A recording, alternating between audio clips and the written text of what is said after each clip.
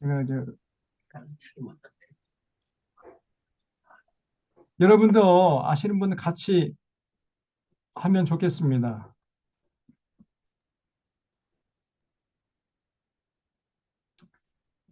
음,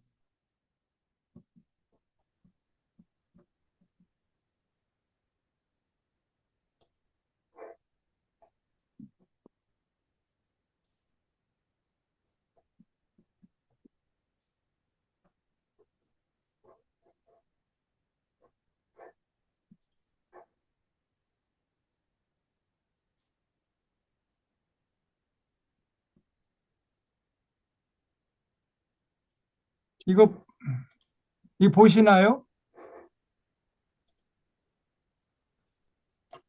보, 예, 보입니다. 보이나요? 예, 어, 파워포인트 띄워주세요. 예. 요거 김민기 작사 작곡 친구라는 노래인데요. 그 가사 말이 노랫말이 상당히 의미가 있는 것 같아서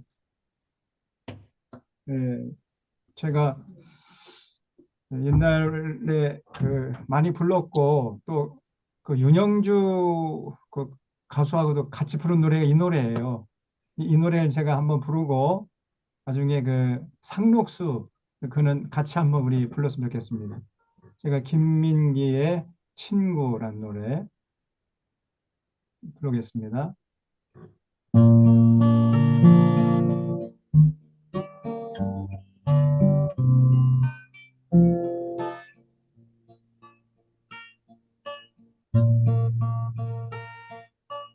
푸른 바닷가에 비가 내리면 어디가 아니고 어디가 묻지요. 깊은 바닷속에 고요히 잠기면 무엇이 산 것이고 무엇이 죽었소. 앞에 떠오른 후의 모습 날리는 꽃잎 위에 버른거리요. 저 멀리 들린 후의 음성 이른 기차 바퀴가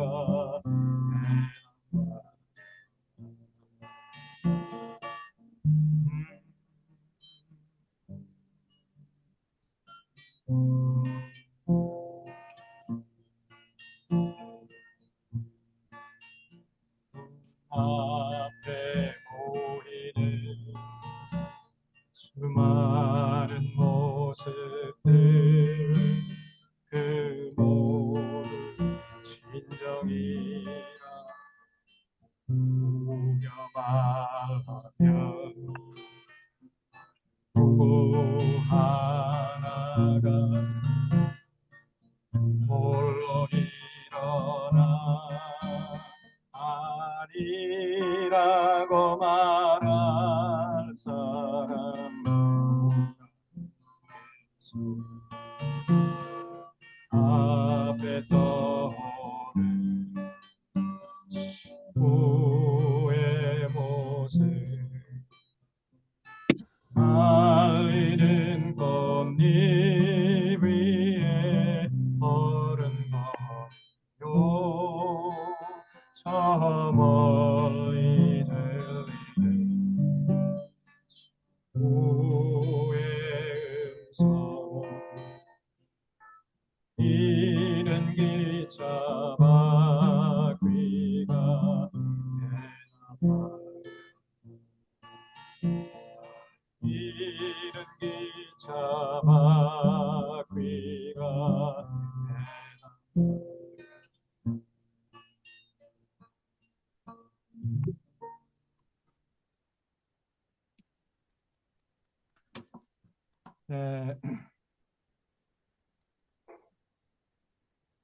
상록수 이 노래를 같이 한번 하고 이 성경 공부했으면 좋겠습니다. 이 목사님 가사가 쇼보기를 해주세요. 예? 아, 쇼보기를 해주세요. 글자가 크게 보이게. 글자가 이거 잘 안 보입니까? 손을 쇼보, 올리면 쇼보기 확대하면 되는데. 확대하면 됩니다. 아니, 쇼보기를 해주시라 그래. 더 이상 손으로 크게 할 누르면 수가 돼. 없어요. 나는. 우리가 손으로 F10. 확대하면 돼요. 음. 자, 상록수 그 이 상록수 늘 푸르른 빛을 자랑하죠. 그래서 언제나 어떤 상황 속에서도 푸르름을 잃지 않고 살아온 세월이 우리 한민족의 모습이 아닌가. 상록수랑 많이 닮은 것 같아요. 이번에도 이 역경을 잘 이겨냈는데 아마 이 모습을 보고 전 세계가 깜짝 놀랐을 겁니다. 이 대한민국의 민주주의, 또 이 전 세계 사람들이 주목을 했을 텐데 저 이 윤석열이 국민들을 배신한 거죠. 그 권력 노름을 하다가 영구 집권, 독재와 그 영구 집권을 꿈꾸고 이런 내란까지 일으킨 사람인데 참 안타깝게도 이 한국교회가 지지를 하고 있으니 말이죠. 통탄할스러운 노릇이죠. 자, 그래서 이 상록수 노래 한번 같이 부르면서 또 우리 믿는 자들이 이 나라 이 민족을 위해서 기여할 바도 좀 생각하고 그러면서 좀 불렀으면 좋겠습니다. 상록수.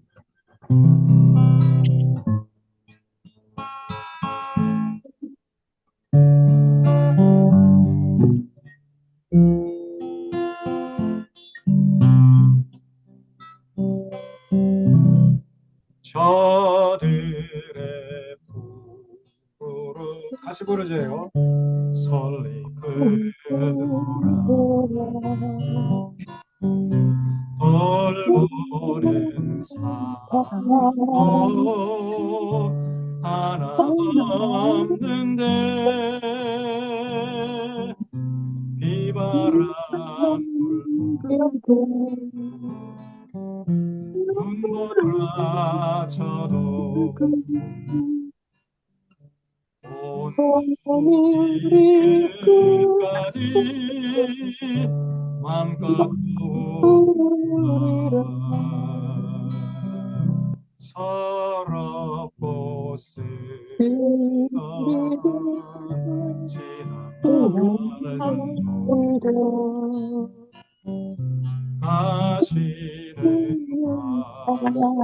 다시는 오지 말라고 남을 이리라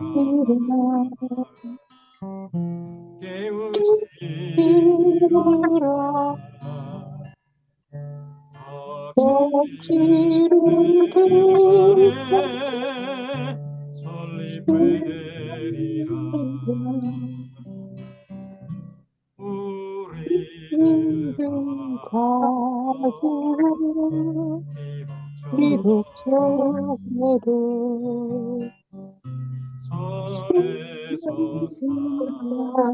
살고 눈물 흘리리 우리나라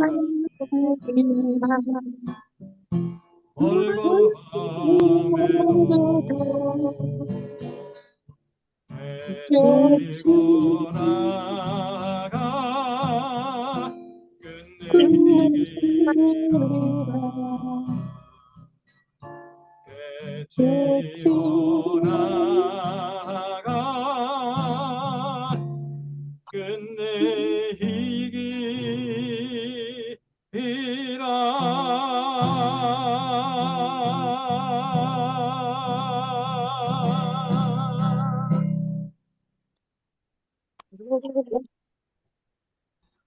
아멘.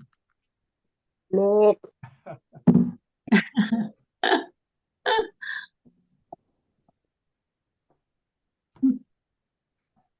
사실 교회에서 이런 노래 많이 불러야 돼요. 교회에서. 제가 젊었을 때는 우리 교회에서 이런 노래 많이 불렀거든요. 근데 어느 순간부터 이러한 그 시대 정신을 담은 이런 노래들, 그런 노래들을 많이 불렀었는데, 뭐, 어느 순간부터 점점 이게 사라지더니, 에, 불러서는 안 될 노래로 이렇게 취급을 당하더라고요. 그래서 하늘의 노래, 물론 우리가 하늘의 노래도 불러야 되지만 땅의 노래도 불러야죠. 땅의 노래. 예?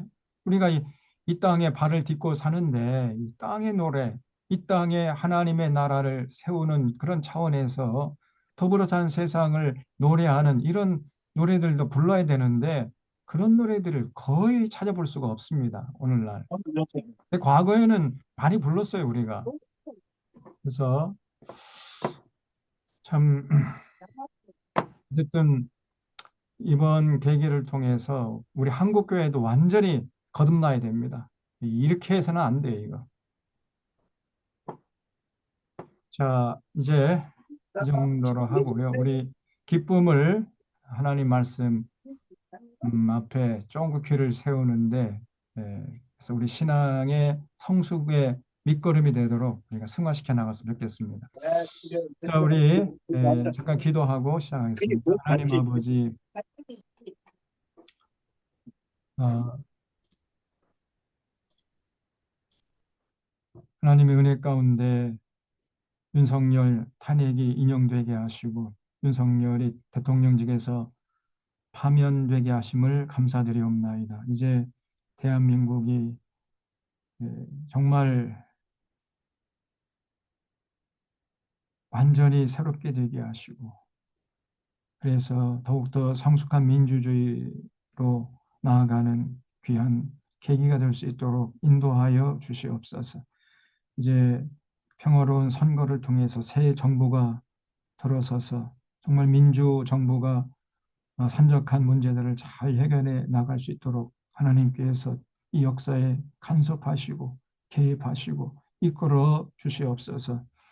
하나님의 정의와 공의가 강물처럼 흐르는 나라가 되어서 마지막 때에 모든 나라 사람들에게 부러움을 사는 그러한 민주주의와 문화를 구가하면서 세상 나라 역할을 잘 감당하는 우리 대한민국 될 수 있도록 인도하여 주시옵소서.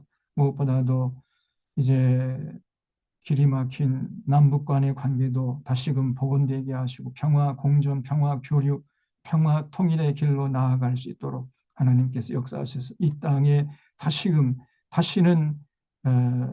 전쟁의 참상이 반복되지 않을 수 있도록 하나님 역사하여 주시옵소서. 오늘 저희들 이렇게 또한 한 주간을 마무리하는 금요일 저녁 시간에 불러 모아주시고 하나님 말씀 앞에 세워주시니 감사합니다. 말씀 앞에 온전히 서게 하시고 말씀을 통해 계시하시는 하나님을 깊이 만나서 하나님의 마음을 헤아리고 하나님께서 우리에게 요구하시는 것이 무엇인지 잘 구별해서 세상에 나가서 실천함으로 하나님께 영광을 돌리는 복된 인생들 되게 하여 주시옵소서. 이런 모든 시종을 주님께 부탁하고 감사하오며 예수님의 이름으로 기도하옵나이다. 아멘. 에,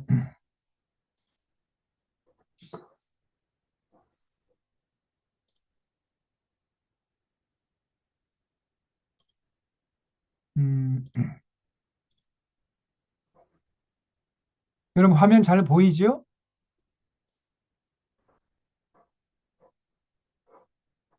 잘 보이십니까? 안 보이십니까? 현재 상록수가 나와 있고요. 네. 그리고 쇼보기를 하셔야 전체 화면이 나옵니다. 자, 그러면 제가 이거 보세요. 지금은 목사님, 어떻습니까? 슬라이드 쇼를 시작하세요. 예?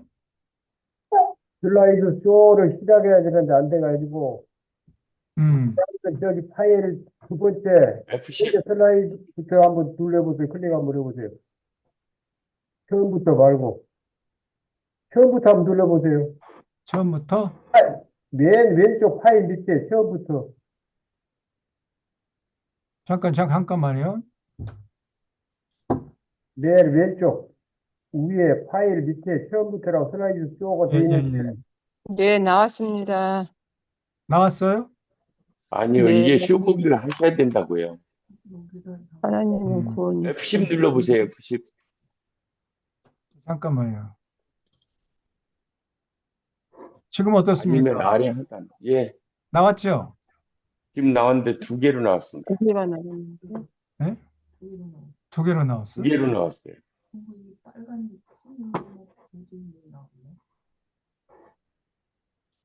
지금은요? 지금도 지금 두 개. 열왕기하 8장 13장 하나 하고 음, 사람이 변화되는 동기 하나 하고 두 개가 두 화면이 나와 있어요. 두 화면 나왔어요?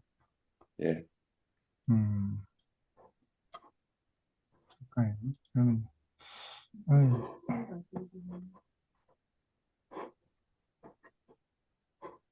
제가 잠깐 나갔다가 다시 들어올게요.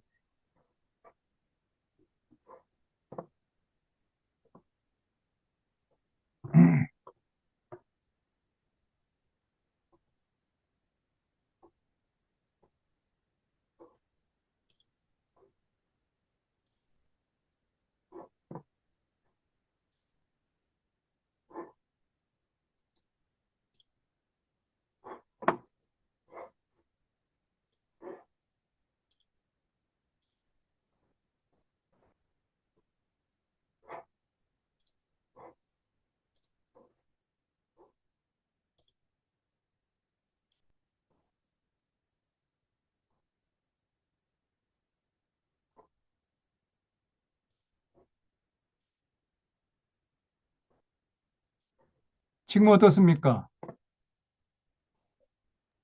지금 화면이 나왔는데 작게 나왔습니다. 작게 나왔어요? 그걸 한번 또 이렇게 클릭을 해 보십시오. 예, 클릭하니까 커졌는데요. 네. 다음 거 한번 나갔다가 다음 화면 갔다가 다시 와보세요. 잘 나오는데? 됐죠, 이제? 됐습니다. 예, 예. 그렇게 글씨 잘 보이는데요. 아니, 모든 사람이 다 확대를 해야 되고 음. 목사님께서 하시면 한 번만 목사님께서 하시면 전체가 다 똑같은 화면을 볼 근데 수가 내가 어떻게 있고요. 확대할 일이 없는데? 아니, 제 밑에 오른쪽 하단에 보면 네. 슬라이드 쇼 보기 있잖아요. 그 슬라이드 쇼. 마우스를 하나씩 이렇게 좀 해보세요. 슬라이드 쇼.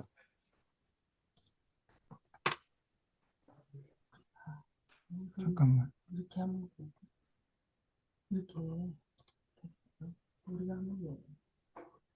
안 키워도 잘 보이는데. 네. 나 목사님, 예. 안 키워도 잘 보여요. 음. 제가 어떻게 여기는 없네, 그게. 잘 보여요. 여러분이 그렇게 확대하십시오. 아니, 확대 안 해도 잘 보이는데요. 자, 그럼 이제 진도를 나가도록 하겠습니다. 지난주에 열왕기하 2장까지 했죠. 그래서 엘리야 정도 가지고 안 되니까 하나님이 엘리야를 하늘로 불러 올리시고 갑절의 능력을 줘서 엘리사를 전면에 내세웠죠. 그래서 이제 엘리사가 10가지 이적을 베풀면서 하나님은 구원이시다. 하나님께 돌아오면 모든 문제가 해결되는 것을 이스라엘 백성 앞에서 다 보여줬습니다. 자, 그런 내용들이 이제 2장 19절부터 이제 계속되는데 그 첫 번째 이적이 그 여리고 성의 쓴 물을 단물로 이렇게 치료하는 이적이었죠. 그걸 우리 지난주에 살펴봤고, 그다음에 두 번째 이적이 이제 열왕기하 3장에서 이스라엘과 또 그 남유다, 그다음에 그 음, 뭐죠? 에돔 이런 세 나라가 이제 연합군대를 편성해 가지고 모압 왕을 에, 징벌하러 가다가 그만 가도 가도 그 결국 뭐 길이 끝나지 않고 다 마실 물이 떨어지고 그러니까 군사들이 축축 늘어지고 기갈이 심해가지고 이제 어떻게 할 도리가 없을 때 엘리사가 가가지고 그 골짜기에 웅덩이를 파라 그랬죠. 그래서 웅덩이를 팠더니 어디선가 막 물이 콸콸콸 흘러나와가지고 이렇게 고여 있었단 말이죠. 그래 그 물을 먹고 이제 원기를 회복했는데 그 다음날 아침에 그 모압 진영에서 볼 때 해가 떠오를 때 해가 햇빛에 반사되는 바람에 멀리서 모압 진영에서 보니까 마치 핏빛으로 보이는 거예요.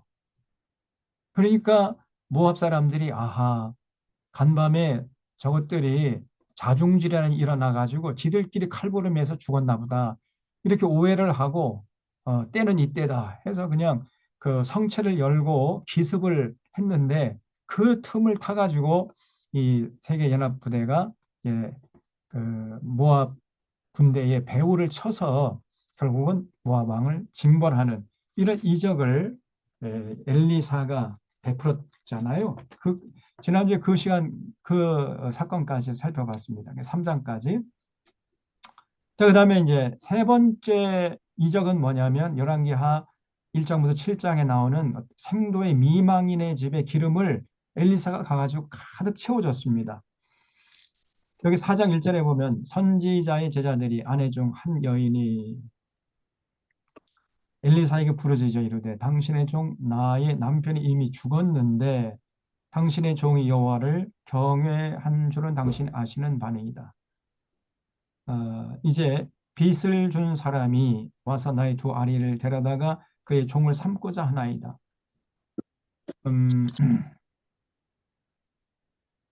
그러니까 여러분 이 선지자의 제자들 그러니까 이제 오늘날로 말하면은 신학생들이죠.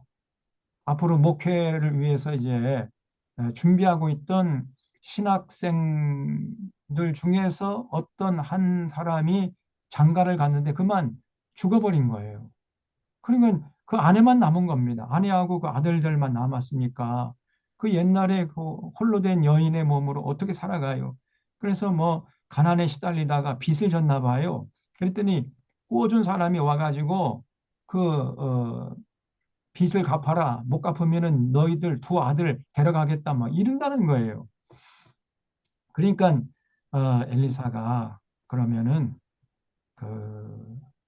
내 집에 있는 모든 병이란 병은 다 가져와라. 그리고 이웃에게 그릇을 빌려가지고 다 가져와라. 이렇게 해가지고요. 여기 4절에 너는 내 두 아들과 함께 들어가서 문을 닫고 그 모든 그릇에 기름을 부어서 차는 대로 옮겨 넣어라. 뭐빈 그릇을 가져오니까 놀랍게도 빈 그릇에 기름이 가득 차요. 또 이걸 덜어내면 또 가득 차. 이래가지고 그 집에 있는 모든 그릇에 기름이 가득 찼다는 거예요. 그러니까 부자 돼 버린 거죠. 그래서 5절에 여인이 물러가서 그의 두 아들과 함께 문을 닫은 후에 그들은 그릇을 그에게로 가져오고 그는 부었더니 그릇이 다 찬지라. 여인이 아들에게 이르되 또 그릇을 내게로 가져오라 하니 아들이 이르되 그 다른 그릇이 없나이다 하니 기름이 곧 그쳤더라. 그 집에 있는 그릇이란 그릇에는 기름이 가득 찬 거예요. 그래서 그 여인이 하나님의 사람에게 나아가서 말하니 그가 이르되 너는 가서 기름을 팔아 빚을 갚고 남은 것으로 너와 내 두 아들이 생활을 하라 하였더라. 그래서 엘리야가 가서 그 집을 빚더미에서 구해줬다는 거예요. 하나님은 구원이시라 하는 놀라운 이적을 베풀었습니다. 그러면 그런 굉장한 이적을 봤으면 이제 하나님께 돌아와야 할 거 아니에요. 그렇죠? 근데 돌아갔을까요? 안 갔을까요? 문제가 해결되니까 또 안 돌아가 또. 이게 문제입니다. 그다음에 네 번째 이적은 열왕기하 4장 8절부터 37절에 있는 내용인데 그 수넴 여인이 있었어요. 그 수넴이라는 어떤 성에 어떤 여인이 있었는데 그 여인이 엘리사를 아주 극진히 대접을 하는 거예요. 그러니까 엘리사가 너무나 고맙잖아요. 그래서 선지자라고 뭐 어디 가서 뭐 대접 한번 받지 못했는데 이 수냄 여인은 엘리사를 아주 극진하게 대접하는 겁니다. 그래서 이 엘리사가 수냄 여인에게 좀 은혜를 갚고 싶어 가지고 게하시에게 물었어요. 그 집에 혹시 부족한 것이 뭐가 있느냐? 예, 선생님, 그 집에는요 아무런 부족한 게 없어요. 딱 부족한 게 하나 있어요. 뭐냐? 아들이 없다는 거야, 아들. 그래? 그래서 이 엘리사가요 하나님께 기도해 가지고 그 수냄 여인의 몸에 태기가 있게 했어요. 잉태가 된 겁니다. 그래서 아들을 낳았어요. 그래서 그 아들이 이제 잘 자라다가 갑자기 어느 날 자기 아빠 앞에서 이렇게 놀다가 아이쿠 머리야, 아이쿠 머리야 하면서 그냥 갑자기 쓰러져 죽어버렸네. 그러니까 이 수냄 여인이 화가 나게 머리 끝까지 난 거예요. 그래서 엘리사를 찾아갔어요. 아니, 내가 언제 당신에게 아들 낳게 해달라고 간구한 적이 있습니까? 당신이 기도해가지고 우리에게 아들을 했는데 그러다가 또 갑자기 이렇게 죽게 하니 말이에요. 이런 법이 어디 있습니까? 아들 살려내시오 막 이렇게 떼를 쓰는 거예요. 그러니까 엘리사도 참 난감하죠. 그러면 그 애가 어디 있느냐? 네. 그래서 그 죽은 애기에게 갔어요. 그래서 그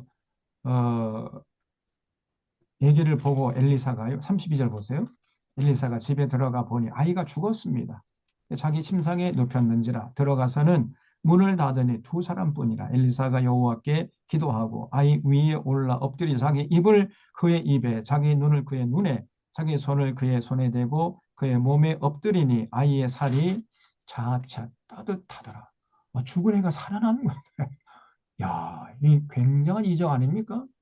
엘리사가 내려서 집안에서 한번 이리저리 다니고 다시 아이 위에 올라 엎드리니 아이가 7번 재채기하고 눈을 뜨는지라. 엘리사가 기하시를 불러 저 수냄 여인을 불러오라 하니 곧 부르매 여인이 들어가니 엘리사가 이르되 네 아들을 데리고 가라 하니라. 여인이 들어가서 엘리사의 발 앞에서 땅에 엎드려 절하고 아이를 안고 나가니라. 죽은 애가 살아난 거예요. 하나님은 구원이시다. 엘리사라는 그 이름 자체가 하나님은 구원이시다. 이런 뜻이라 그랬죠. 그래서 놀라운 이적을 보여줬습니다. 그다음에 이제 다섯 번째 이적은 열왕기하 4장 38절로 41절 말씀에 나오는데 그 선지 생도들이요 너무 배가 고파가지고 들에 나가서 들호박을 이렇게 가져와가지고 죽을 써가지고 먹으려고 보니까 그 안에 독이 들어있는 거예요, 독이. 그 독이 들어있는 들호박을 먹으면 큰일 나잖아요. 그때 이제 엘리사가 가가지고 그 독을 해독해주는 이런 이적을 베풀었습니다. 여기 38절 보세요. 엘리사가 다시 길갈에 이르니 그 땅에 흉년이 들었는데 선지자의 제자들이 엘리사의 앞에 앉은지라. 선지자의 제자들이니까 오늘 하면 신학생들이죠. 목사 지망생들. 그 사람들이 배가 고픈 거예요.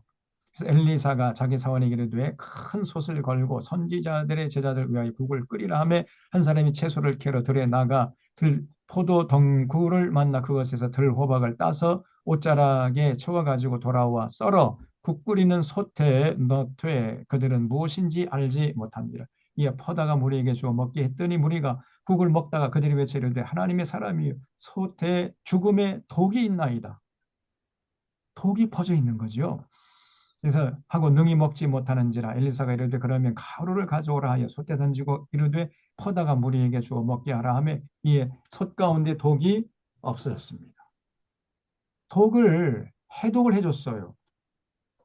하나님은 구원이시라 하는 굉장한 이적이죠. 그래서 이 선지 생도들이 배불리 먹었다는 거예요. 그다음에 이제 여섯 번째 이적은요. 보리떡 20개로 100명이나 먹고 배불리 먹고 남았습니다. 42절에 한 사람이 바알 살리사에부터 와서 처음 만든 떡 곧 보리떡 20개와 또 자루에 담은 채소를 하나님의 사람에게 드린지라. 그가 이르되 우리에게 주어 먹게 하라. 그 사원이 이르되 내가 어찌 이것을 100명에게 주겠나이까 하나 엘리사는 또 이르되 무리에게 주어 먹게 하라. 여호와의 말씀이 그들이 먹고 남으리라 하셨느니라. 그가 그들 앞에 주었더니 여호와께서 말씀하신 대로 먹고 남았어요. 그러니까 예수님의 오병이어의 기적만 있는 게 아니라 이렇게 보리떡 20개로 100명이나 먹고 남는, 보리떡 20개면은 뭐 한 사람의 한 끼 양식 정도밖에 안 되지 않습니까? 저도 뭐 한 자리에서 보리떡 20개 먹겠네. 근데 100명이나 먹고 남았다는 거예요. 굉장한 이적이 일어난 거죠. 하나님은 구원이시라. 이런 하나님께 돌아오면 모든 문제가 해결될 수 있음을 보여줬습니다. 그 다음에 이제 5장에 보면 7번째로 그 유명한 나만 장군의 문둥병을 치료해주는 이런 이적을 베풀어요. 엘리사가. 그 아람 군대의 군대 장관이었던 사람이 이제 나만인데 오늘 갑자기 문둥병이 걸린 거예요.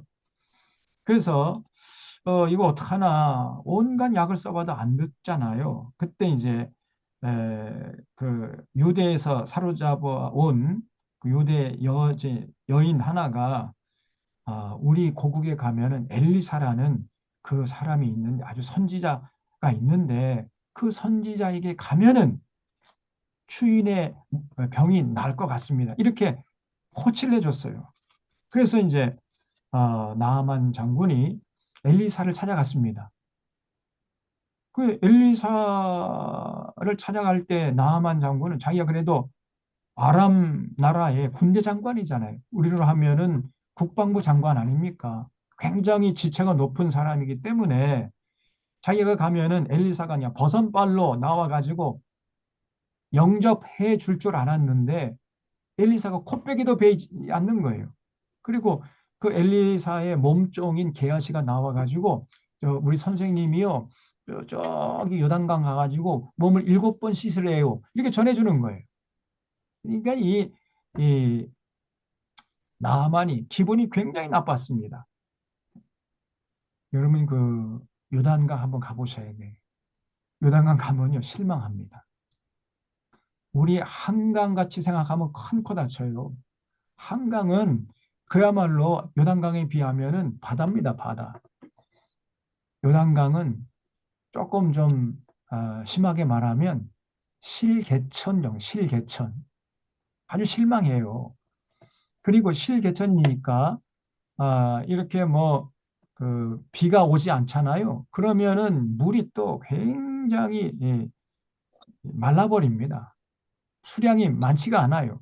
물 흐름이 이렇게 급박하지가 않으니까 그러니까 어떻게 되겠습니까? 거기에 이제 날파리들이 생기고 뭐 여러 가지 오염물들이 생기고 이렇게 되니까 물이 굉장히 더러워요. 그런데 엘리사의 처방은 코빼기도 보이지 않고 자기 몸종을 보내가지고 그 더러운 요단강에 가서 몸을 7번 씻으라고 한단 말이에요. 그래 기분이 굉장히 나쁜 거예요. 그래서 야 자기 몸종에게 돌아가자. 우리 이 아랍 나라에는 요단강보다 훨씬 더 수량도 많고 물도 깨끗한 강이 얼마나 많은데 거기 가서 씻지 뭐 이렇게 더러운 요단강에 가서 씻을 이유가 어디 있느냐. 그랬더니 그 나만의 몸종이요 굉장히 지혜로운 사람이었어요.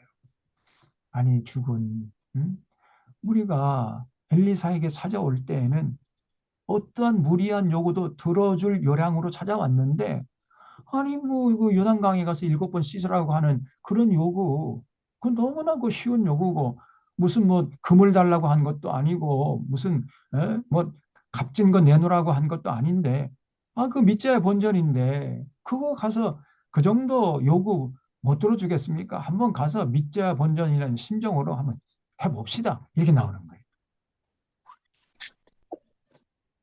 음, 그래서 여기 9절 보세요. 9절.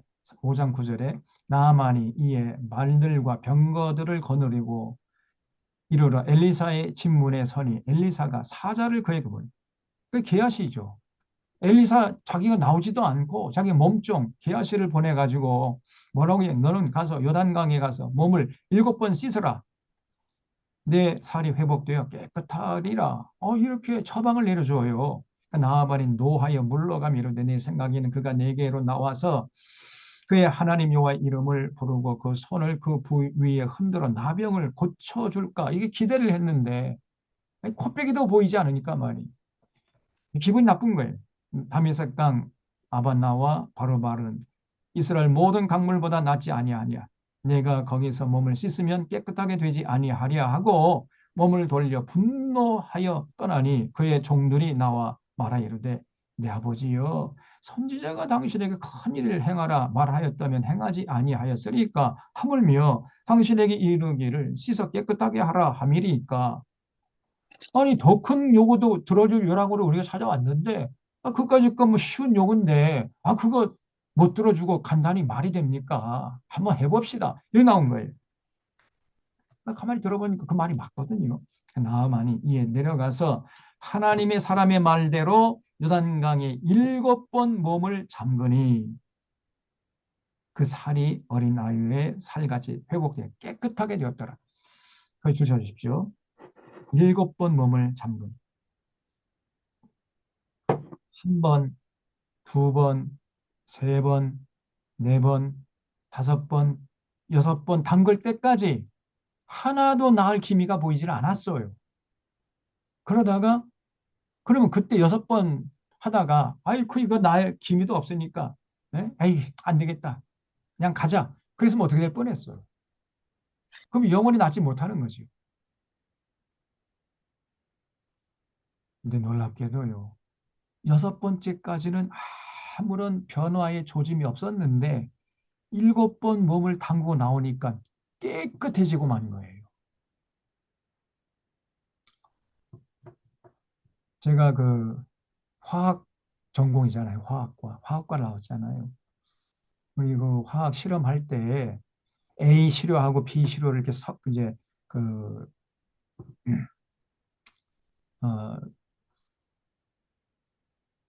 뭡니까 이렇게 섞어 가지고 이렇게 막그 저었잖아요. 저으면은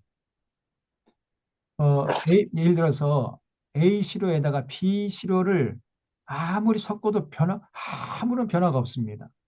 그러다가도 한 방울만 더 떨어뜨리면 그냥 순간적으로 강력한 화학 변화가 일어나요. 그 지점을 임계점이라고 합니다. 임계점.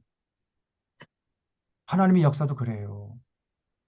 그래서 믿고 이루어질 때까지 시도해보는 거예요. 하나님 말씀에 순종하는 것, 그게 끝까지 순종하는 이게 중요합니다. 중간에 그냥 아이고 하다 보니까 안 되겠다 해서 포기해버리면은 아무런 역사가 일어나지 않습니다. 이 나만이 7번 담그라 하니 7번 담갔어요. 6번째까지는 아무런 변화가 없었다니까. 7번 몸을 잠그니 그 살이 어린아이의 살같이 회복되어 깨끗하게 되었더라. 이 굉장히 중요해요.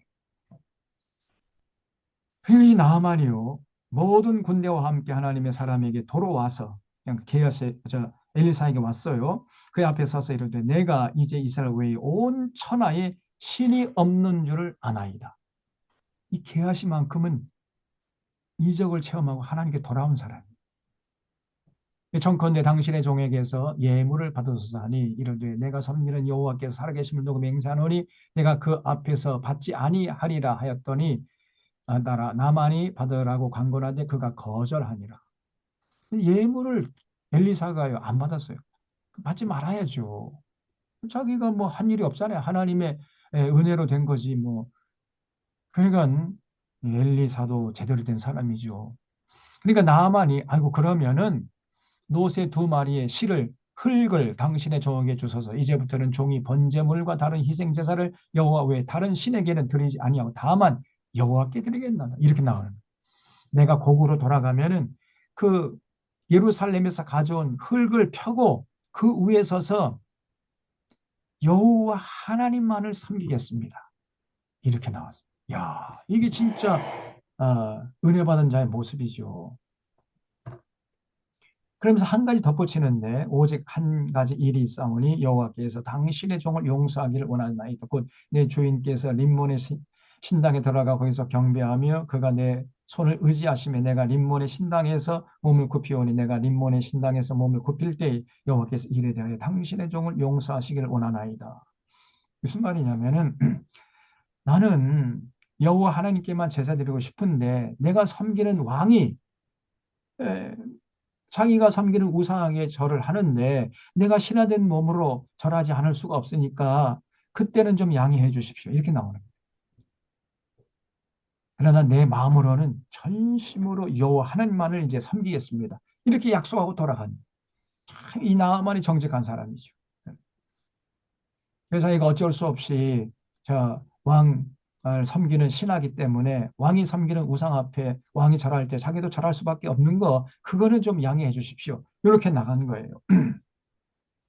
엘리사가 이르되 너는 평안히 가라 하니라. 그가 엘리사를 떠나 조금 가니라. 이렇게 이제 뭐 보내니까요. 그 곁에 서 있던 게하시가 못내 아쉬운 거예요, 이게. 아이고, 저 엘리사 선생님 말이야.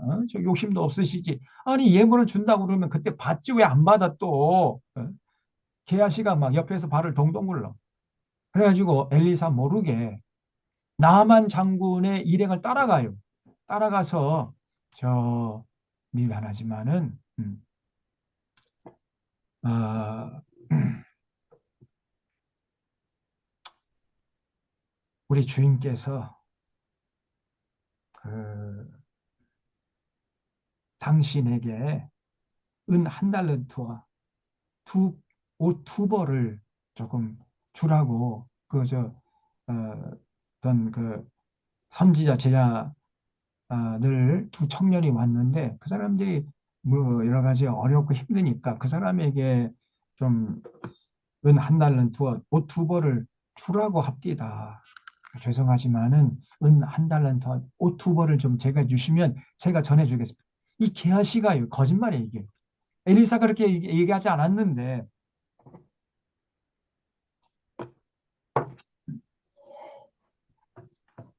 그렇게 거짓말로 해서 자기가 중간에서 착복하려고 그런 거예요. 23절에 나아만이 이르되 바라건대 두 달란트를 한 달란트만 달라고 그랬는데 두 달란트 줬어요. 두 달란트 받으라 하고 그를 강권하여 은 두 달란트를 두 전대에 메고 옷 두 벌을 아울러 두 사원에게 지우며 그들이 게하시 앞에서 지고 가니라. 언덕에 이르러서는 게하시가 그 물건을 두 사원의 손에서 받아 집에 감추고 그들을 보내 가게 한 후에 들어가 그의 주인 앞에서는 엘리사가 이르되 게하시야 네가 어디서 오느냐 하니 대답하되 당신의 종이 아무데도 가지 아니하였나이다. 이 거짓말이 거짓말을 낳는 거죠 이제. 엘리사가 이르되 한 사람이 수레에서 내려 너를 맞이할 때 내 마음이 함께 가지 아니했느냐. 엘리사는 다 알고 있습니다. 그 마음을 꿰뚫어 보고 있지요. 지금이 어찌 은을 받으며 옷을 받으며 감난원이나 포도원이나 양이나 소나 남종이나 여종을 받을 때이냐. 그러므로 나아만이 내 나병이 내게 들어 내 자손에게 미쳐 영원토록 이르리라 하니 게하시가요. 그 앞에서 문둥병이 발하여 눈같이 되어버렸어요. 나만에게 붙었던 그 문둥병이 게하시게로 가버린 겁니다. 여러분 그 하나님의 일을 하다가 어떤 물질의 보상 이거 너무 거기에 마음을 빼앗기면 이게 곤란해요. 특별히 이제 이 목사들이 이거 조심해야 됩니다. 물론 이제 목사님들이 뭐 이렇게 뭐 대접도 그렇게 넉넉지가 않잖아요. 그래서 어떤 물질에 대한 어떤 갈급함이 있을 수가 있습니다. 그렇다고 해서 거기에 휘둘리면은 그 목회는 끝나는 거예요, 그냥. 제가 그 서울에서 부목사 노릇할 때, 이 신방을 가잖아요. 신방을 가면은, 뭐, 교인들이, 목사님, 이거, 뭐야, 좀, 책 사서 좀 보십시오 하고, 뭐, 이렇게 막, 그 봉투를 찔러 넣어줘요. 음, 그 뭐, 어, 그런 거 받으면 굉장히 마음이 불편합니다. 저는. 그래서 그 절대 그런 거 하지 못하게 했어요. 그리고 여기, 제가 광양에 와서도 뭐, 무슨 그 신방 가가지고 뭐 봉투 준비하고 절대 그런 거 하지 말고 근데 제가 그런 절대 받지 않는다. 그리고 무슨 또 장례 치르고 나서 목사님에게 무슨 이렇게 에, 감사하다고 무슨 봉투 주고 그런 거 하지 말아라. 교회에서 제대로 그 사례를 받고 있는데 그런 거 당연히 목사가 할 일을 하는 건데 왜 그런 걸 하느냐 말이에요. 그 목사 그 타락시키는 것이다 그거. 그리고 또 결혼식 주례해도 그 주례 하게 되면 뭐 주례 목사님에게 고맙다고 뭐 또 그 봉투 주고 뭐 이런 거 하지 말아라. 당연히 목사가 해야 할 일을 하는 것인데 행복하게 살아주는 거 그게 은혜 갚는 길이에요. 그래서 우리 교회에서 절대 그런 거 제가 뭐 강력하게 하니까 이제 그런 거 없어졌죠 이제. 또 그런 거 없어지니까 또 서운해 또 서운하게는 또. 그런데 그거 잘하는 거예요.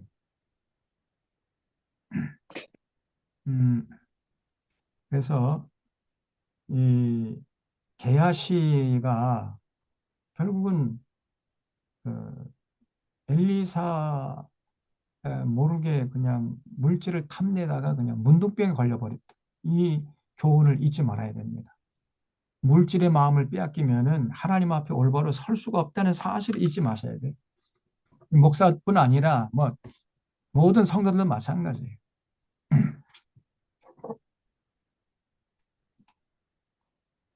그다음에 이제 6장에서는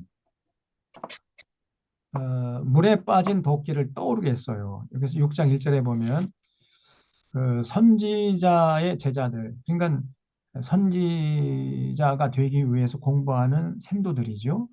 사람들이 아마 기숙사가 좀 부족했던가 봐요. 그래서 그 생도 중 한 사람이 옆 친구에게 도끼를 빌려가지고 나무를 패서 그 나무를 가지고 이제 기숙사를 지으려고 했던 모양이에요. 나무를 패는데 그 도끼가 도끼 자리에서 빠져나가가지고 호숫가에 빠져버렸네. 그럼 어떡합니까? 난감해하고 있는데 이제 엘리사가 와가지고요. 나무를 갖다가 그 호수에 던지니까 나무가 둥둥 떠 내려가다가 또 도끼가 이 쇠로 된 거 아닙니까? 물에 가라앉아 있던 도끼가 둥둥 떠올라. 떠오르더니 그 나무하고 이제 결합이 돼가지고 또 물가로 또 떠내려왔어요. 그래서 그것을 집어줘서 어, 그 선지자 생도가 위기에서 벗어날 수 있었다. 하나님은 구원이시다. 물에 빠진 도끼를 떠오르게 하는 굉장한 이적을 베풀었어요. 엘리사가. 여러분 물의 비중보다 그 쇠의 비중이 훨씬 더 크잖아요. 어떻게 물에 가라앉았던 도끼가 떠오릅니까? 이거는 물리적인 법칙을 위배하는 거잖아요. 굉장한 이적입니다, 이거. 그런 일들이 이제 있었습니다. 그래서 여기 6장 6절에 하나님의 사람이 이르되 어디 빠졌느냐 하매 그것을 보이는지라 엘리사가 나뭇가지를 베어 물에 던져 쇠도끼를 떠오르게 하고 이르되 너는 그것을 집으라 하니 그 사람이 손을 내밀어 그것을 집으니라. 그래서 하나님은 구원이시라 하는 이적을 보였습니다. 그 다음에 이제 6장 8절부터 보면은 아람 군대가 그 이스라엘 군인들과 이제 싸우는데 가만히 보니까 번번이 패배를 하는 거예요. 아람 군대가 이렇게 계략을 세우게 되면 어떻게 귀신같이 알고 거기에 또 대비를 해가지고 하니까 뭐 감당할 길이 없는 거예요. 그래서 아람 왕이 화가 나가지고 신하들 불러 모아가지고 우리 안에 무슨 첩자가 있는 거 아니야? 우리의 계획을 다 지금 이스라엘 군대에게 알려주는 간첩이 있는 거 아니야? 색출해내라. 그랬더니 어떤 신하가 폐하 그런 것이 아니라 저 이스라엘 진영에 엘리사라는 하나님의 사람이 있어가지고 우리의 전략을 손바닥 들여다보듯이 다 보고 있습니다. 그래서 엘리사를 제거하지 않는 한 우리가 전쟁에서 절대로 이길 수가 없습니다. 그래? 그러면은 엘리사를 잡아 해가지고 아람 군대 중에서 제일 그 특출한 특공대를 뽑아가지고 보냈어요. 그래서 여기 13절에 왕이 이르되 너는 가서 엘리사가 어디 있나 보라. 내가 사람을 보내 그를 잡으리라. 왕에게 이르되 말하여 이르되 보라 그가 도단에 있도다 하나이다. 왕이 이에 말과 병과 많은 군사를 보내매 그들이 밤에 가서 그 성읍을 에워쌌어요. 하나님의 사람의 사원, 그럼 개하시죠 이 사람이. 일찍 일어나다가 보니까 그 아람 군사와 말과 병거가 성읍을 다 에워쌌거든요. 그러니까 막 겁이 질려가지고 두려움의 법을 떠는 거예요. 그 사환이 엘리사에게 말하되 내 주여 우리가 어찌하리까 하니 대답하되 두려워하지 말라. 우리와 함께한 자가 그들과 함께한 자보다 많으니라. 엘리사가요.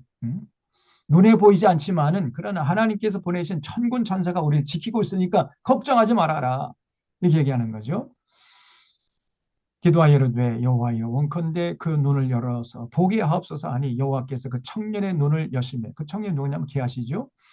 그가 보니 불말과 불병거가 산에 가득하여 엘리사를 둘렀더라 그랬어요. 하나님 보내신 이 천사들이 탄 불말과 불병거가 숫자를 헤아릴 수 없이 그냥 셀 수 없는 천군 천사들이 엘리사를 둘러싸고 있는 거예요.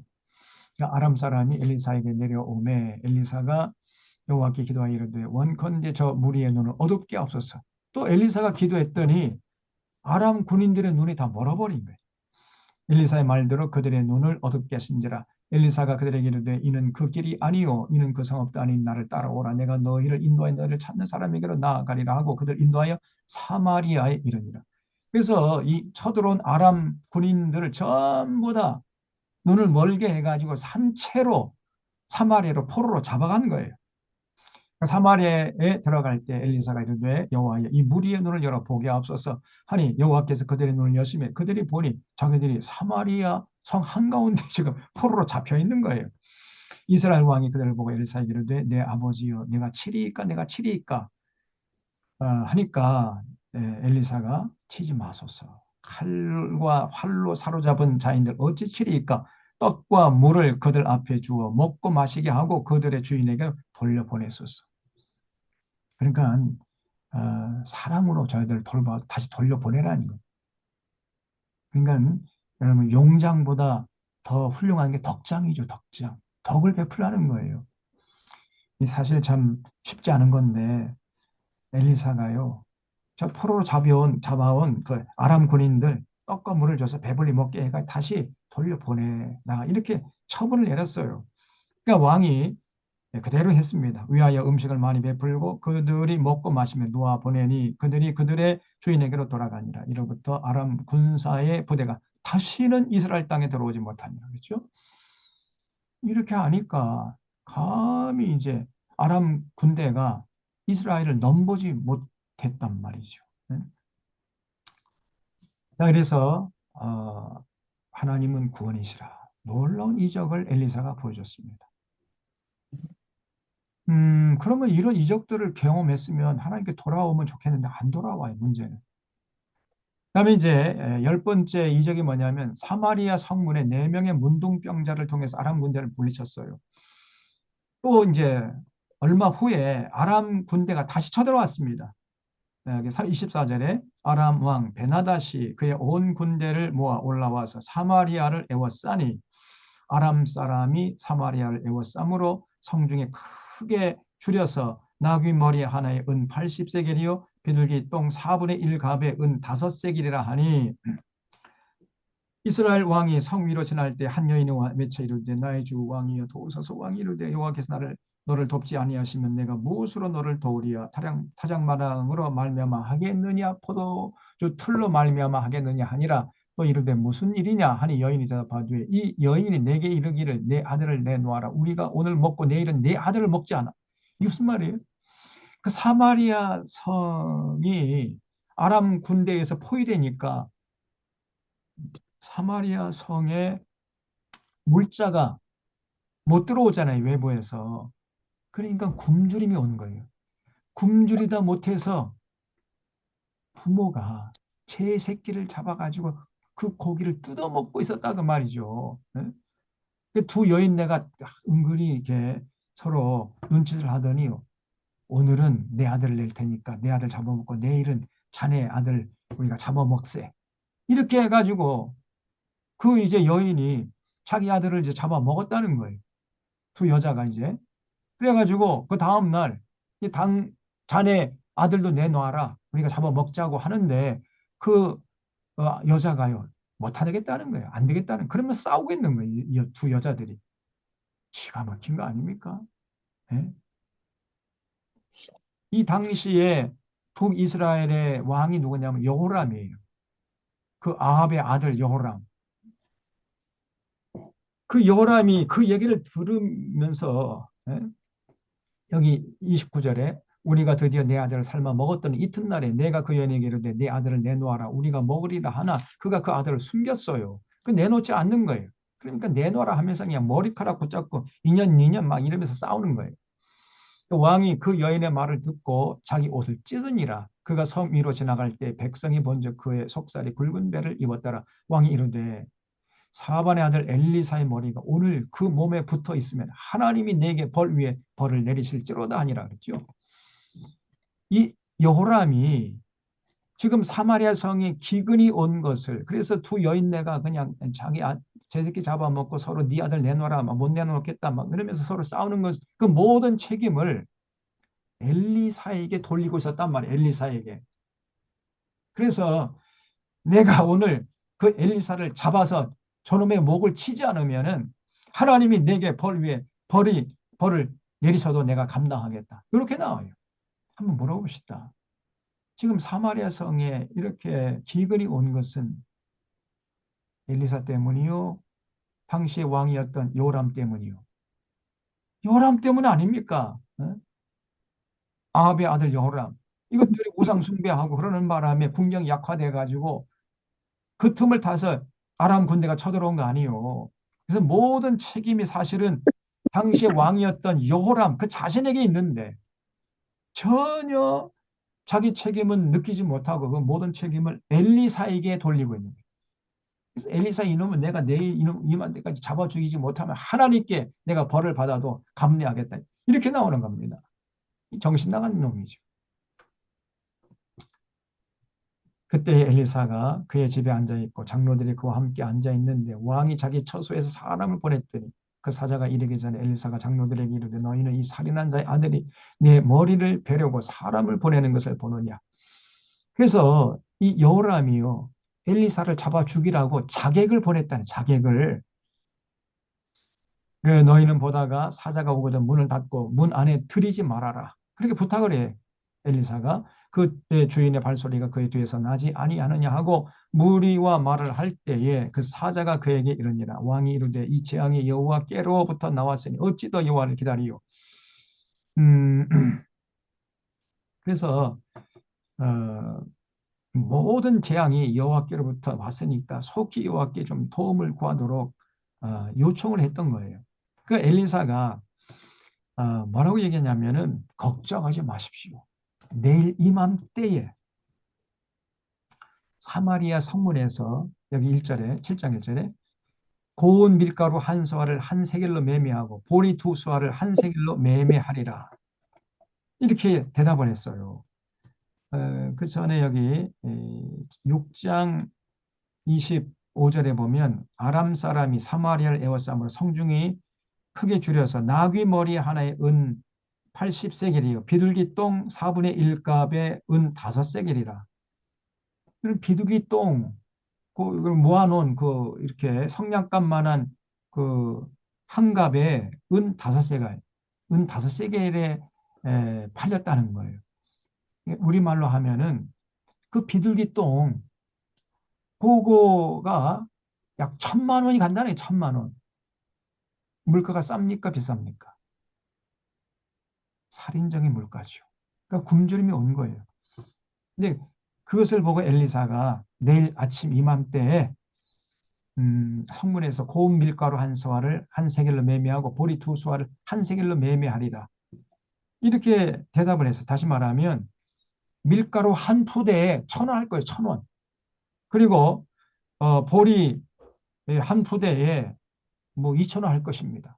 이렇게 대답을 한 거예요. 그러니까 이 굉장히 물가가 이제 내려간다는 얘기죠. 다시 말하면 내일 이맘때쯤에 되면은 이 성중의 굶주림이 해소될 것입니다. 이렇게 예언을 했어요.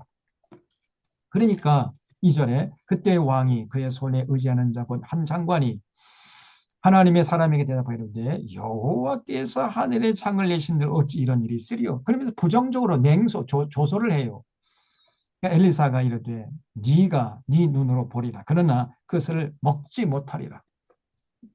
너 내일 아침에 그걸 네가 보지만은 너는 그걸 누리지 못하고 죽을 거야 이놈아. 이렇게 예언을 했어요. 자, 이렇게 예언을 했는데 그날 밤에 어떤 일이 있었냐면은 그 사마리아 성문에 나병 환자, 문둥병 환자 4명이 있었습니다. 신세 한탄을 하는 거예요. 여보게들, 우리가 이렇게 참 이제 과연 굶어 죽게 되었는데 이러고 있을 것이 아니라 여기서 굶어 죽거나 저 아람 군대에 가서 투항해서 거기서 받아주면은 우리가 배불리 먹을 수 있는 것이고 받아주지 않으면 거기서 죽거나 여기서 죽거나 마찬가지 아닌가. 그러니까 우리가 이러고 있을 것이 아니라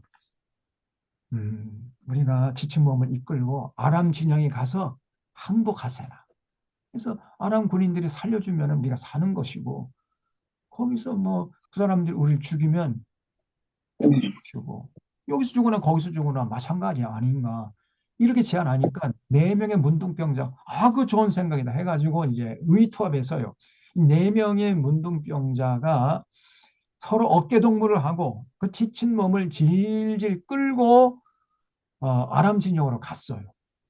그때 마침 이제 해가 뉘어져가지고 저녁 식사할 때쯤이었는데 아람 진영에서 이제 먹음직스럽게 다 이제 저녁 식사를 준비해가지고 먹으려고 하는데 4명의 문둥병자들이요. 지친 몸을 끌고 아람 진영으로 걸어가는데 그 걸어가는 그 발자국 소리를 하나님이 증폭시켜가지고 수많은 천군 천사들이 쳐들어오는 소리로 그렇게 들리게 했어요. 아람 진영의 군인들이 수많은 천군 천사가 쳐들어온다는 그 수많은 이 마병들, 말을 탄 마병들이 쳐들어오는 줄로 착각을 하고 걸음아 날 살려라 하고 그냥 다 도망쳐 버렸어요. 4명의 문둥병자들이 아람 진영에 도착하니까 개미 새끼 한 마리 보이질 않아요. 그 먹음직스러운 음식들이 산더미처럼 쌓여 있는 겁니다. 그래서 그냥 정신없이 먹고 마시고 보아라 마시라 이렇게 먹고 마시다 정신 번쩍 들어. 여보게들 우리가 이럴 것이 아니라 지금 굶주리고 있는 사마리아 우리 동족들에게 이 기쁜 소식을 전하세요. 그래가지고 이 문둥병자들이 4명이 와가지고요. 지금 저 아람 진영이 한 사람도 없고 그리고 먹을 것이 산더미처럼 쌓여 있습니다. 빨리 올라가서 우리가 취합시다. 이렇게 제안을 했더니 요람이요. 그거는 함정이라 가지 말라는 거예요. 저것들이 함정을 파서 우리를 유인하는 것이기 때문에 절대 가면 안 된다. 저는 배가 안 고프거든요. 저는 왕이니까. 그러니까 사람들이 그러면은 특공대를 한번 보내시죠. 한번 알아봅시다. 그러니까 특공대를 보내왔더니 진짜 사실이거든요. 그 소식을 듣고 그냥 이 굶주렸던 사마리아 성의 백성들이 그냥 막 노도같이 아람 진영으로 가가지고 먹고 마시다 보니까 날이 밝은 거예요. 정말 그 다음날 아침에 밀가루 한 푸대에 1,000원하고 보리 2푸대에 2,000원 했다고 말이에요. 그런 놀라운 역사가 일어난 겁니다. 저기 7장에 그런 얘기가 쭉 나옵니다. 7장 3절에 성문 어귀에 나병 환자 4사람이 있더니 그 친구가 서로 말하되 우리가 어찌하여 여기 앉아서 죽기를 기다리랴. 만일 우리가 성읍으로 가고자 말한다면 성읍에는 굶주림이 있으니 우리가 거기서 죽을 것이요 만일 우리가 여기에 머무르면 역시 우리가 죽을 것이라. 그런즉 우리가 가서 아람 군대에게 항복하자. 그들이 우리를 살려주면 살 것이요 우리를 죽이면 죽을 것이라. 이렇게 하고 2판 4판이다 하고 이제 간 거예요.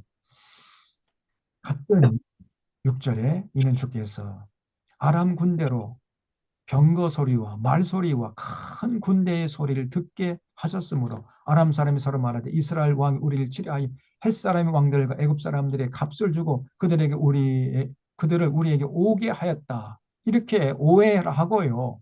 걸음아 날 살리라고 다 도망쳐 버립니다. 8절 그 나병 환자들이 진영 끝에 이르자 한 장막에 들어가서 먹고 마시고 거기서 은과 금과 의복을 가지고 가서 감추고 다시 와서 다른 장막에 들어가 거기서도 가지고 가서 감추니라. 나병 환자들이 그 친구의 서로 말하는데 우리가 이렇게 해서는 아니 되겠도다. 오늘은 아름다운 소식이 있는 날이거든. 거기 주셨죠. 아름다운 소식. 두 글자로 쓰면 뭐지? 기쁜 소식. 이 복음이에요, 복음. 여러분 굶주림자에게 기쁜 소식, 복음이 뭐예요? 굶주림을 면할 수 있다. 그 복음 아니에요. 응? 이 아름다운 소식이 있는 날이거늘 우리가 침묵하고 있도다. 만일 밝은 아침까지 기다리면 벌이 우리에게 미칠지니 이제 떠나 왕궁에 가서 알리자. 해가지고 와서 알려주니까요. 그 요람이 가지 말라는 거예요. 12절에 이 왕이 요람 왕이에요. 일어나 그의 신복들이 이르되 아람 사람이 우리에게 행한 것을 내가 너에게 알게 하노니 그들이 우리가 줄인 것을 알고 있으므로 그 진영을 떠나서 그들의 매복하고 스스로 이르기를 그들이 성읍에서 나오거든 우리가 사로잡고 성읍에 들어가겠다 한 것이니라 하니. 그러니까 함정을 파놓은 것이니까 절대 가면 안 된다는 거예요. 그래서 그의 신하 중 한 사람이 대답하여 이르되 청컨대 아직 성중에 남아있는 말 5마리 취하고 사람을 보내 정탐케 하소서. 그들이 성중에 남아있는 이스라엘 온 무리 곧 멸망한 이스라엘 온 무리와 같으니이다 하고 그들이 병거 둘과 말들을 취한지라. 왕이 아람 군대 뒤로 보내며 가서 정탐하라 하였더니 그들이 그들의 뒤를 따라 요단에 이른즉 아람 사람이 급히 도망하느라고 버린 의복과 병기가 길에 가득했어요. 사자가 돌아와서 왕이 알리니 백성들이 나가서 아람 사람의 진영을 노략한지라. 이에 고운 밀가루 한 스아에 한 세겔이 되고 보리 2스아가 한 세겔이 되니 여호와의 말씀과 같이 되었고 왕이 그의 손에 의지했던 그의 장관을 세워 성문을 지키게 하였더니 백성이 성문에서 그 장관을 밟아 죽여버린 거예요. 그러니 이 백성들의 분노가 하늘을 찔렀던 거죠. 하나님의 사람의 말대로 죽었으니 곧 왕이 내려왔을 때 그가 말한 대로라. 그래서 하나님은 구원이시라. 놀라운 이적을 베풀어 줬습니다.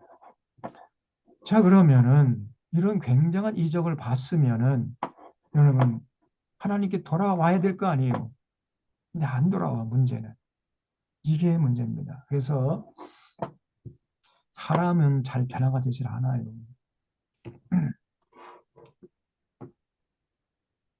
사람이 언제 변화되는가 하면요, 이러한 4가지 경우에 사람이 변합니다.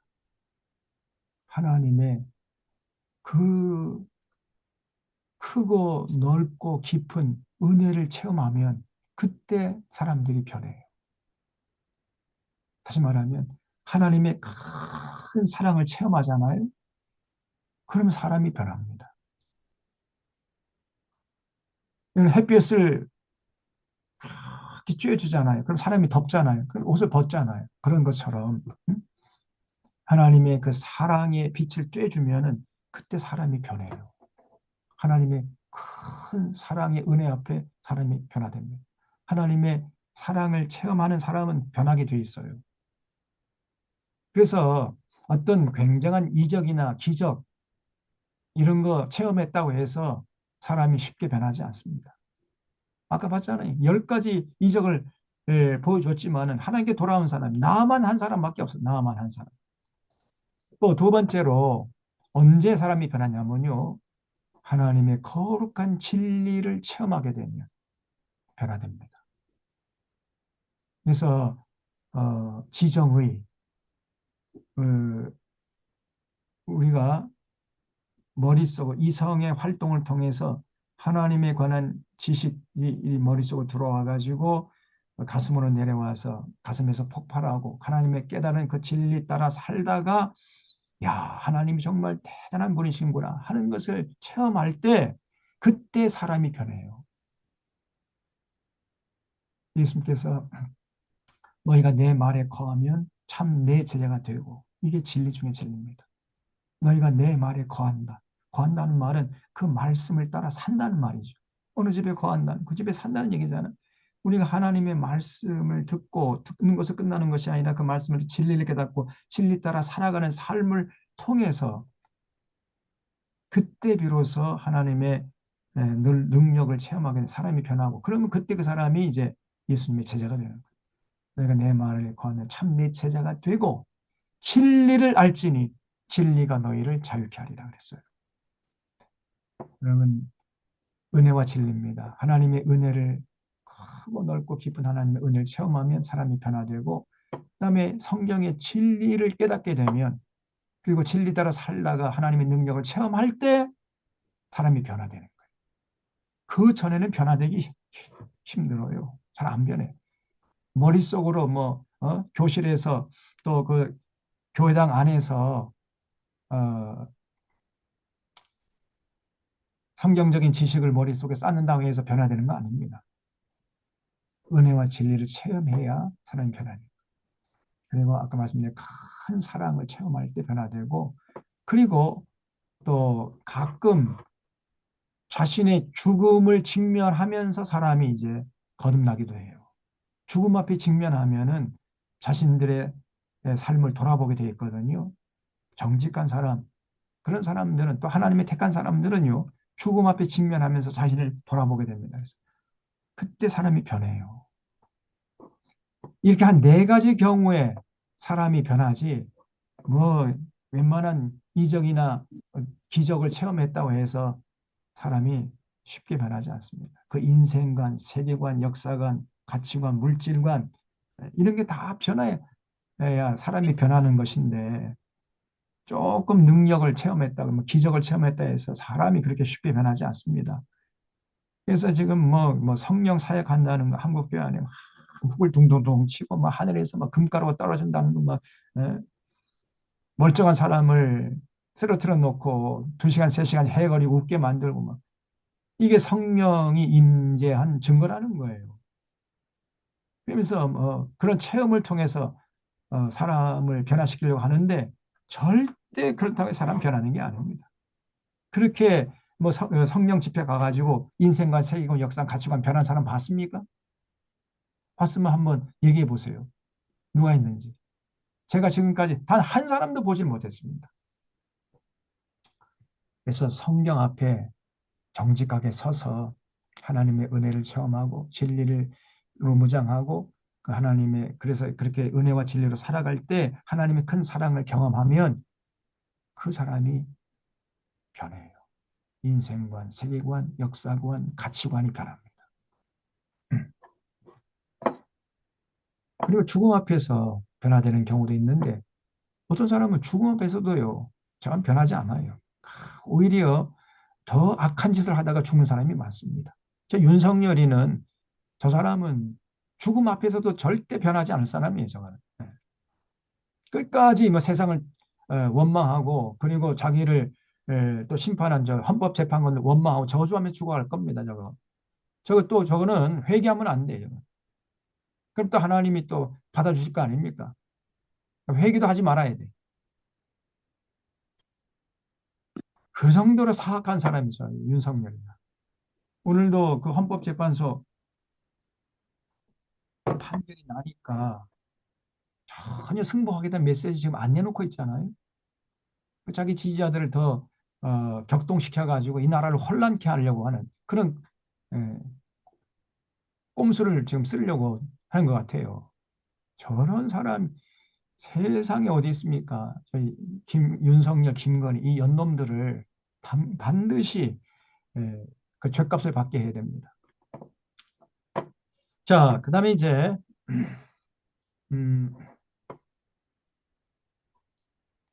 열왕기 하 8장에 보면은 그 수넴 여인이 7년 기근해서 돌아옵니다. 그러니까 엘리사가 이제 장차 이 땅에 7년 동안이나 기근이 있을 거니까 이 땅을 피해서 도피해라 해가지고 수넴 여인을 지켜줘요. 그 얘기가 8장에 쭉 나옵니다. 이제 8장 1절 하반절에 여호와께서 기근을 부르셨으니 그대로 이 땅에 7년 동안 임하리라. 이렇게 기하시가 알려주니까 여인이 일어나서 하나님의 사람의 말대로 행하여 그걸 주저십시오. 순종했다는 거예요. 순종. 여러분 순종해야 하나님의 능력을 체험하는 겁니다. 듣기만 하면 안 돼요. 들었으면 실천해야죠. 그 게하시가 이 땅에 7년 동안 기근이 있을 것이다. 그러니까 그 사람 말대로 행하여 가족과 함께 가서 블레셋 사람들의 땅에 7년을 도피 생활했다는 거예요. 그러니까 생명을 부지할 수 있었습니다. 그다음에 7년이 단 다음에 다시 이제 블레셋 땅에서 돌아왔다. 제가 그래가지고 그러다 보니까 뭐 7년 전에 자기 집과 전토가 어디로 갔는지 다 없어졌잖아요. 그러니까 여기 3절 보세요. 7년이 다음에 여인이 블레 사람들의 땅에서 돌아와 자기 집과 전투를 위하여 호소하려 하여 왕에게 나아갔더라. 그때 왕이 하나님의 사람의 사원 게하시와 서로 말하 이르되 너는 엘리사가 행한 모든 큰 일을 내게 설명하라 하니 게하시가 엘리사가 죽은 자를 다시 살린 일을 왕에게 이야기할 때 그 다시 살린 아이의 어머니가 자기 집과 전투를 위하여 왕에게 호소하는지라. 게하시가 이르되 내 주 왕이여 이는 그 여인이여 저는 그 아들이니 곧 엘리사가 다시 살린 자네이다. 이렇게 변호를 해줘 가지고 왕이 그래 그 수냄 여인의 주장이 맞다. 그 여인의 땅을 다시 돌려줘라. 이렇게 처분을 내렸다는 거죠. 그래서 왕이 그 여인에게 물으며 여인이 설명한다. 왕이 그를 위하여 한 관리를 임명하여 이르되 이 여인에게 속한 모든 것과 이 땅에서 떠날 때부터 이제까지 그 밭의 소출을 다 돌려줘라. 이렇게 해가지고 이 수냄 여인이요 엘리사의 말을 듣고 그 위기에서 벗어날 수가 있었습니다. 그 다음에 이제 8장 7절에 보면 이제 그 하사엘이라는 사람을 아람 왕으로 원래는 엘리야에게 하나님이 사명을 줬죠. 근데 그 사명 감당하기 전에 엘리야를 하늘로 불러 올리시고 엘리사를 통해서 하사엘을 이제 아람 왕으로 세워 가시는 모습을 볼 수 있습니다. 여기 8장 7절에 엘리사가 다메섹에 갔을 때 아람 왕 베나닷이 병들었더니 왕에게 들리기를 이르되 하나님의 사람이 여기 이르렀나이다. 왕이 하나님 엘리사에게 이르되 너는 손에 예물을 가지고 와서 하나님의 사람을 맞이하고 내가 이 병에서 살아나겠는지 그를 통하여 여호와께 물어라. 하사엘이 그를 맞이하러 갈 때 다메섹의 모든 좋은 물품의 예물을 삼아가지고 낙타 40마리 싣고 나가서 그 앞에 일어서서 이르되 당신의 아들 아람 왕 베나닷이 나를 당신에게 보내 이르되 나 이 병이 낫겠나이까. 이렇게 이제 물었더니 엘리사가요 너는 가서 그에게 말하기를 왕이 반드시 나으리라 하라. 그러나 여호와께서 그가 반드시 죽으리라고 내게 알게 하셨느니라 하고 하나님의 사람이 이제 엘리사지요. 그가 부끄러워하기까지 하사엘의 얼굴을 쏘아보다가 갑자기 우는 거예요. 그냥 울어요. 그러니까 하사엘이 아니 내 주여 어째서 우시나이까 물었더니 대답하되 네가 이스라엘 자손에게 행할 모든 악을 내가 알미라. 엘리사는 장차 하사엘이 베나사를 죽이고 자기가 왕이 되어가지고 그 왕권을 행사해서 이스라엘 백성들을 괴롭힐 것을 다 내다보고 있었단 말이에요. 그래가지고 하사엘의 얼굴을 물끄머미 이렇게 쳐다보면서 막 엉엉 울어요. 그래서 네가 이스라엘 자손에게 행할 모든 악을 내가 알미라. 네가 그들의 성에 불을 지르며 장정을 칼로 죽이며 어린 아이를 맺히며 그 갓난의 애기들 그 조그만 애기들을 그냥 나무에다가 그냥 막 집어 던져가. 아이고 제가 그저 어딥니까 그 크메르 루즈군 캄보디아 갔더니 진짜 그 크메르 루즈군이 들어와 가지고 그 갓난 애기들 그냥 나무에다 던져서 그냥 맺혀가지고 죽이는 그 끔찍한 장면들이 그대로 그려져 있더라고요. 그걸 제가 봤어요. 성경에 이 하사엘이 이스라엘 백성들에게 그렇게 이제 잔인한 짓을 할 것이라는 거예요. 그걸 엘리사가 지금 다 내다보고 있었던 겁니다. 그래서 어린아이를 맺히며 아이벤 부녀를 그 임신부의 배를 갈라버려요. 얼마나 잔인한 짓입니까?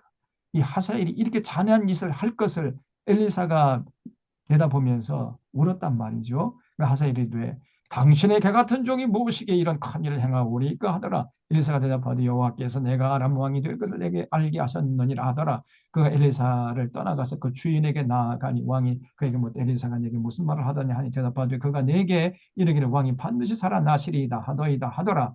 그 이튿날에 하사엘 이불을 물에 적시어 왕의 얼굴을 덮음에 왕이 죽어버렸어요. 베나는 죽었습니다.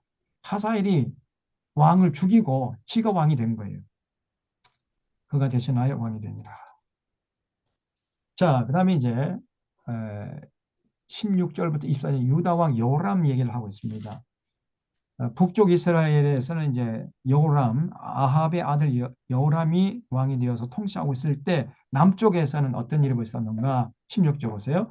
이스라엘 왕 아합의 아들 요람 제5년에 여호사밧이 유다의 왕이었을 때 유다 왕 여호사밧 아니 요람이 왕이 됐습니다. 그러니까 북쪽에서 요람, 남쪽에서 요람 이름이 똑같죠. 요람이 왕이 될 때 나이가 32세라 예루살렘에서 8년 동안 통치하니라. 그가 이스라엘 왕들의 길을 가서 아합의 집과 같이 하였으니 이는 아합의 딸이 그의 아내가 됐어요. 그러니까 제가 지난번에 말씀드린 여호사밧이 아합과 친하게 지내다가 아합의 딸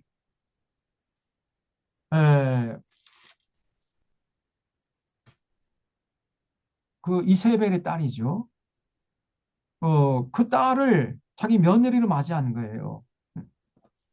그래서 그 여호람의 아내가 아합의 딸이었단 말이죠. 아합의 딸이 그의 아내가 되었습니다. 그가 여호와 보시기에 악을 행하였으나 이 아달랴라는 여자인데 이 아달랴라는 여자는요 자기 어머니 이세벨보다 1000배, 10,000배 더 악한 여자예요. 세상에 이렇게 악한 여자가 없습니다.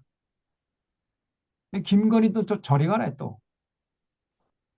행하였으나 여호와께서 그의 종 다윗을 위하여 유다 멸하기를 즐기하지 아니하셨으니 이는 그와 그의 자손에게 항상 등불을 주겠다고 말씀하셨습니다.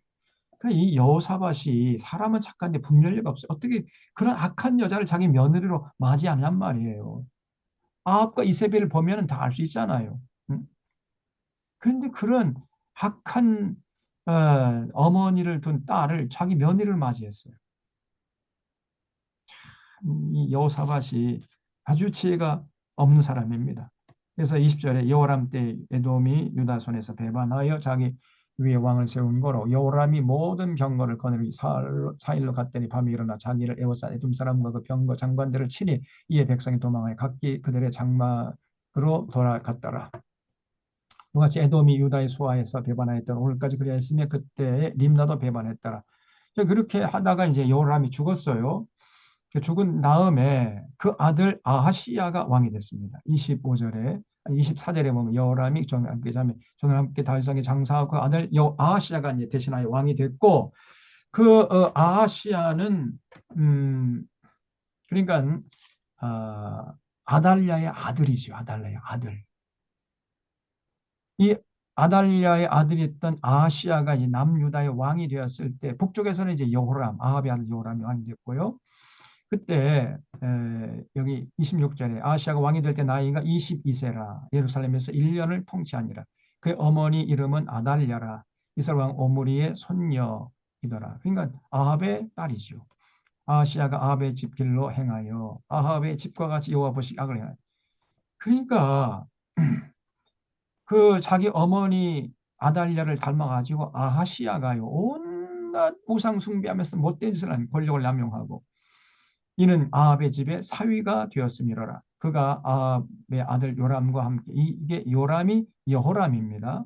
함께 길랄 라못으로 가서 아람 왕 하사엘과 더불어 싸우더니 아람 사람들이 요람에게 부상을 입힌지라. 그래서 여호람이 아람 왕 하사엘과 싸울 때 라마에서 아람 사람에게 당한 부상을 치료하려 하여 이스르엘로 돌아왔더라. 유다 왕 여호람의 아들 아시야가 아합의 아들 요람을 보기 위하여 내려가서 이는 그에게 병이 생겼습니다. 그래서 북이스라엘 왕 여호람이 이제 아람 군대와 싸우다 부상을 당해가지고 이스르엘에 가서 치료하는 것을 보고 남쪽 왕이었던 아시야가 그리고 어떻게 됩니까? 자기 외삼촌이잖아요. 그 외삼촌의 병문안을 갔을 때 구장이 보면 이제 예후 장군이 일어나가지고 쿠데타를 일으킨 거예요. 그래서 오므리 왕조를 무너뜨리고 예후 왕조를 이제 이렇게 세우는 그런 역사가 일어났는데 그 장면들은요 시간이 되어서 다음 주에 이어서 하도록 하겠습니다. 그래서 이제 예후 장군이 일어나서 한날 한시에 남북 왕들을 다 제거하고 그 뒤에서 분탕질을 했던 이세벨을 제거하고 이제 예후 왕조를 세웁니다. 그리고 예후가 종교 개혁을 아주 철저하게 이뤄가는데 조금 하다가 또 희지부지 돼버려요. 그런 역사가 쭉 이어지고 이제 그래서 결국은 예후 왕조의 네 번째 왕이었던 그 누구지? 여로보암 2세. 여로보암 2세 시대 때는 아합과 이세벨 시대보다 더 타락했으면 타락이 덜 타락하진 않았어요. 그러니까 하나님이 이제 너무나 마음이 아프고 속상하는 거예요. 그때부터 이제 하나님이 예언자들을 보내고 또 보내고 목이 쉬도록 외치게 했던 것입니다. 그때 일어나서 외쳤던 선지자들이 요나 선지자, 그 다음에 호세아, 아모스, 요엘 이런 선지자들이 일어나서 활동하기 시작하는 거예요. 그래서 우리가 다음 주부터 이제 예언서까지 같이 살펴가면서 열왕기하를 이제 또 살펴가는 이런 방법을 취하도록 하겠습니다. 이렇게 하면은 성경이요 굉장히 쉬워집니다. 이야기 굉장히 쉬워져요. 자, 오늘 그 열왕기하 8장까지 하고 다음 주에는 9장부터 하면서 이제 결국은 선지자들이 등장해가지고 또 이스라엘 백성들을 회개케 하는, 그러나 결국은 이스라엘 백성들이 마음이 완악해가지고 안 돌아갑니다. 하나님의 사람 선지자들이 와서 외치면은 그냥 듣기 싫다고 귀를 막고 이를 갈고 달려들어서 하나님의 사람들 때려 죽이려고 그래요. 그런 부끄러운 역사들을 이제 성경을 통해서 확인해 보도록 하겠습니다. 자, 이 정도 하고 기도하고 시작하겠습니다. 하나님 아버지, 오늘